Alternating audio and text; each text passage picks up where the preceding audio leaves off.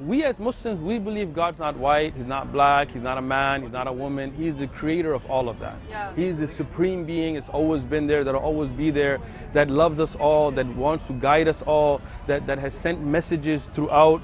That's why we believe in Jesus. We believe in Moses. We believe in, if you think about the message of Jesus and the message of Moses and the message of Muhammad, peace be upon all of them, we love them all. It's all similar, right? Yeah. Except for when you see corruptions, it's all the same message. Believe in one creator, don't worship idols, don't steal, don't kill. So you see the universality of that message. So we as Muslims, we believe all of those prophets were prophets sent by the same creator. Yeah. Does that make sense to you? Yeah, I've talked to a few Muslims before asking Right. a little bit more about what they believe in. I know that like Jesus is one of the ones that they believe was a prophet, not a son Excellent. of God, but a prophet. I mean, think about this, Yeah. right? Like this is the Bible, Right. right? And this is just a regular King James, Gideon's Bible, right? Yeah. If you look at the Bible, you will find in Exodus 4, this will be under chapter 4, verse 22. And this is the Old Testament, right? It says, "Then you shall say to Pharaoh, thus says the Lord, Israel is my son, my firstborn."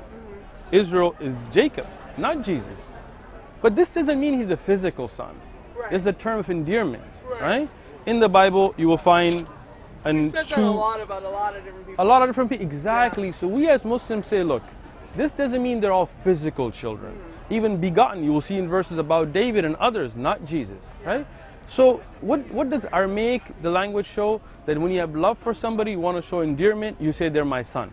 When you want to show respect, you say father. Even today, like you'll go to somebody elder, you'll say, hey, like a priest, you know, Catholics go to a priest, they say, forgive me, father. Well, they don't mean that, you know, they were born out of his loins, they mean out of respect. So we believe that Jesus is a prophet, not the son. And we believe that was his message. And we believe Moses, Abraham, all of them brought the same message, one message.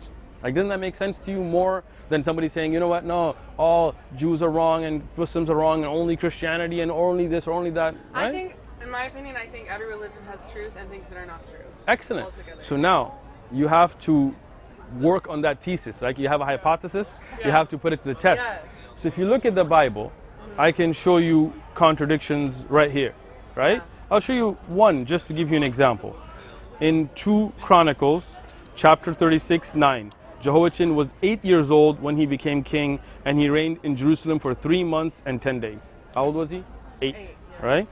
In the same Bible, if you go and you see 2 Kings, chapter 24, verse 8, Jehoiachin was 18 Yeah. years old when he became king, and he reigned in Jerusalem for 3 months. So you see 8 and 18, you see the contradiction. So like you said, there are these things due to corruptions. Now take the Quran. Okay. This is a gift from us, right? And read this Quran. Okay. And throughout this Quran, you will not find a single contradiction. I challenge you, Okay. right? So now, when you see that in other religions you find that corruption and you find the purity of the message of the Quran, then you gotta say this is the one you need to follow, right? All right, I'll read it. Read it. Thanks. Thank you. Have a good day.